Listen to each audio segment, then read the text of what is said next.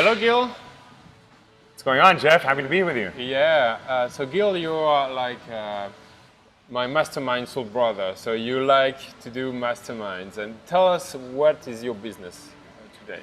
So we have a number of different businesses that are very much connected to import-export of people. My main business exports Russian-speaking people from different countries in their homes into educational events around the world. We basically look for the best events in the world where you have awesome speakers, you have awesome content, you have great network, and we bring thousands of people there. For example, Tony Robbins or Jay Abraham, Eckhart Tolle. I've signed exclusivity with the top 10 speakers in the world. And the other business, because of this business, became about importing speakers. People said to me, Gil, I'd love to have Tony Robbins in Russia. And I was like, hey, $1 million. But we started bringing in speakers that are not necessarily so high, but $5,000, $20,000 speaker, $100,000 speakers. And we bring them regularly, like 5 to 10 every single week. And you do also organize events on your own, like masterminds. Sure. So myself personally, because of this involvement with this audience, we built a massive community of about 50,000 active members in our community that are mostly active offline, but some online activities as well. I've grown as a speaker. I've grown as an event manager. We've organized over 1,000 events over the last 10 years with my wife. And now we're doing a lot more retreats. We do mastermind events. We do really high-level dinners. And it's easier to support other people's events because we found some techniques and blueprints how people can connect in a deeper way faster. So can you explain to the people that don't really know about masterminds, what is the benefit of doing masterminds? What it is? So, you know, one of my key mastermind programs is called Collective Genius Mastermind because collectively we are always so much better than individual. The individual ego always says, yes, I know what to do, yes, I can do it.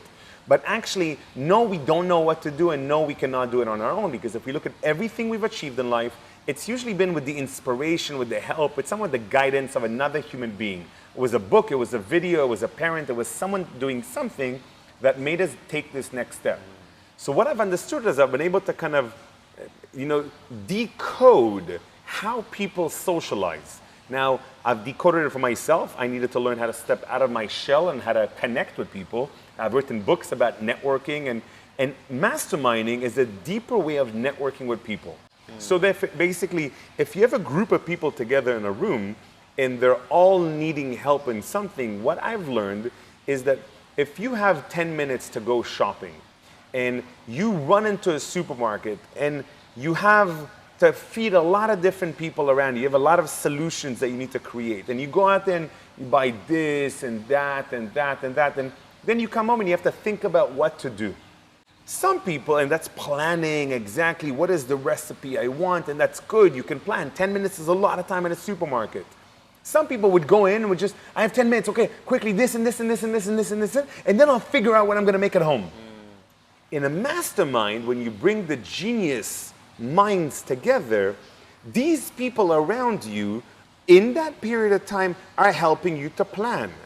They're helping you to make that list so that when you stand up and go home, suddenly you have an action plan.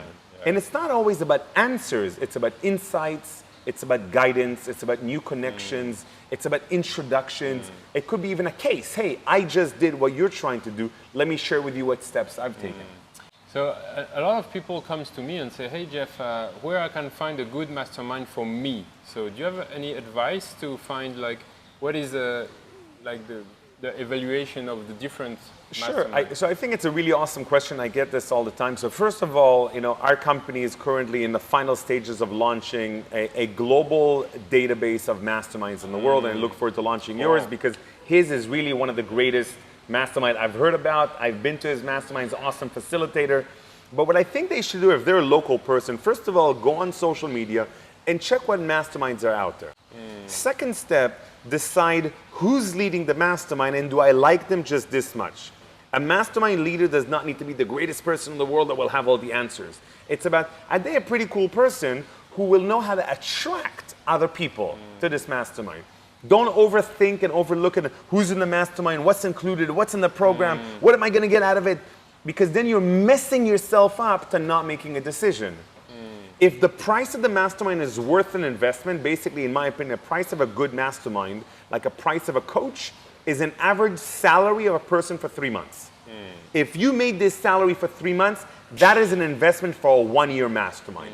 I believe that's good thing. The same thing as a coach. If you want a good coach, what you make in 3 months, that's an investment into a good coach. It's worth because you want to go to a higher level. And I think then you should just show up at an event if possible. Like just show up. Ask if they could show up one time. 2, speak to 2, 3 people that have gone there. And don't ask, was it the best event in the world? But ask, did you get value for your time and your money? Simple question. And then let's make a decision. Don't wait a year to make a decision. Give yourself a deadline and say by February 1st, by March 1st, I'm joining a mastermind. I will give myself a gift of life and I will join it for 3 months, 6 months, maybe yours is 1 year. You will commit and join. If you're not happy, you can always speak to the organizers and they will in most cases give you your money back. But I've never had one person that was unhappy. Usually people tell me that they get the full year's value in the first 1 month. Yeah, it's very powerful. And can you just give us like small advices or quick advices for improving networking into events? Because you know sometimes people go to events but they're like a bit shy and they don't get the value of the crowd. So how do you get the most value from the crowd when you're... So I love this question. You know, every time I kind of think about the answer, I'm thinking, do I have a better answer? The first, and there isn't really a better answer, it's a few simple steps to do. Number 1, it's go to events more often. Don't go to one event every 3 months. It's like you want to lose weight, you go to the gym 1 time a year, not going to help. Go to the gym or go to the events more often. Number 2, do a little bit of an audit and research about the event before you go there. Who's the organizers? Who's showing up? Who's the speakers? You know, and because then you are knowledgeable on what's going on at the event. It makes it easier to talk to people. And when you do research, you can also walk up to the organizer and say, hey, thank you for organizing. By the way, I'm currently looking to join a company or I'm currently looking to hire a marketing director. I have a really cool startup. We're looking to raise money. Maybe you know someone. If you've done your research and the organizer is a good person, in most cases, they'll connect you with a couple of people, which I love. So choosing to go to events, doing your research before the event is key. Once you're at the event, I believe there's a few simple rules. 1, stay off your phone. If you're at the event, keep your eyes at people, not your eyes down because you're disconnecting. Number 2, don't always be standing by the bar. Walk around the event and walk slowly. Look at people, smile at people. And a trick for that is to think complimenting a people. Looking around the room and saying beautiful things about people in your head. Actually consider, that's a good-looking person, that's a beautiful shirt. Wow, that looks like a very friendly person. Just in your head. That would make it a lot easier for you to connect with people. And once you connect with people, ask more questions than speaking. As in, don't just talk about yourself, and if you're catching yourself talking too much, switch around and say something like, but I'd love to know about you. But what made you show up at this event? Or what motivates you to do your job? Or what inspired you to set up this business? Talk about them as much as possible because they will actually want to connect with you further. And the best thing is, if you've connected with someone and you had a good bond, don't leave them unless you've exchanged information. So many people saying, oh, maybe I'll see you later or I'll see you at the next event. No! Let me get your number. Let me get your information. Don't just give them your business card because in most cases they won't know what to do. You take charge. You be the hero for them. Ask for their number and as soon as you get home, send them a message. Great meeting you, nice connecting with you, good talking to you. And then it's up to you to invite them for the next event or see them again. Yeah, I like the question about the big why, you know, because it goes very deep, super fast. So this is kind of another advice I can give you. And I want to finish this interview with, I think something that a lot of people suck about is at the end of your talk today, you were thinking follow-up. What is like a good follow-up with people? Because you can make a lot of contacts and collect a lot of cards, but if you don't follow up, you won't have results. So can you tell us a bit more about that? The art of following up is a massive chapter in my book, which is called The New Code of Networking. It's not yet in France. I promise to get it to you. The idea of following up is, first of all, it's a mindset. It's not even a skill set. It doesn't really matter what you write. It's doing it. Doing it, just saying, hi, nice to meet you today, is a huge step forward. And don't just send an email. You could send an email and a WhatsApp and a Facebook message. Connect with them because you don't know their preferred mode of communication. When I met someone, for example, like Steven Seagal, I meet celebrities all the time, and I connect with him, we had an amazing conversation. I sent him 3 emails, he never responded. I sent him a WhatsApp message, he responded right away. So I understood that he's not an email guy like me, I'm also not an email guy. So sending them a follow-up anywhere is nice. Now I believe sending an email or sending any kind of follow-up, it's never too late, even if it's a month later, even if it's a year later. Yeah, if you had a good connection. The idea is to say, it was great connecting with you. I found our conversation useful, so say thank you, show them value. I'd love to talk to you again. Maybe I'd like to invite you to this other event that's happening. You don't always have to meet one-on-one, which is a mistake that people do. They don't have time.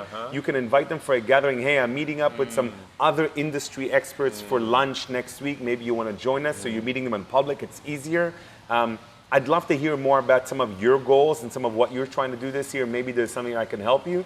So you don't have to meet this person right away. You could stay connected for a very long time with voice messages, with understanding what they want, what they're doing.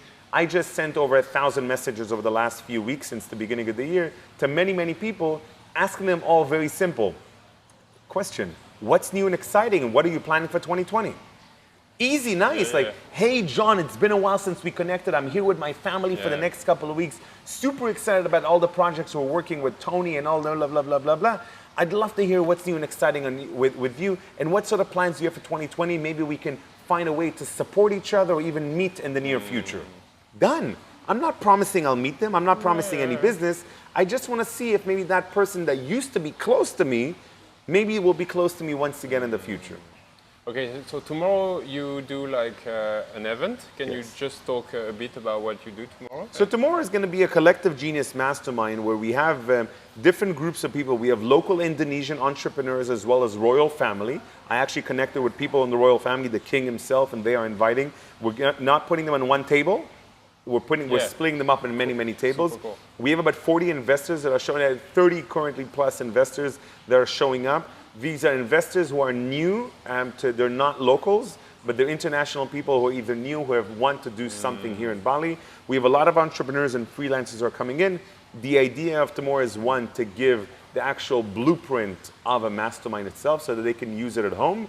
And number two is to allow people to connect in 5 different mastermind tables with people where they can ask for help, they can ask for clarity, they can ask for connections, and they can feel themselves more valuable for everyone else. Yeah, seems amazing. I think we'll enjoy that a lot. Thank you for Maybe you're going to come to my next one. Yeah, come next year and seeing you in Bali and do mastermind with Gil, or maybe in Tony Robbins. If you want to go to Tony Robbins, this is the entrance. If you want to go to any Tony Robbins event, I can't really be the entrance because there's a whole French distributor who's doing an amazing job. Speak to him. Maybe you come together with him as a community, and at the Tony Robbins event, we mastermind together. Cool. Thank you. Thank you, man. Bye.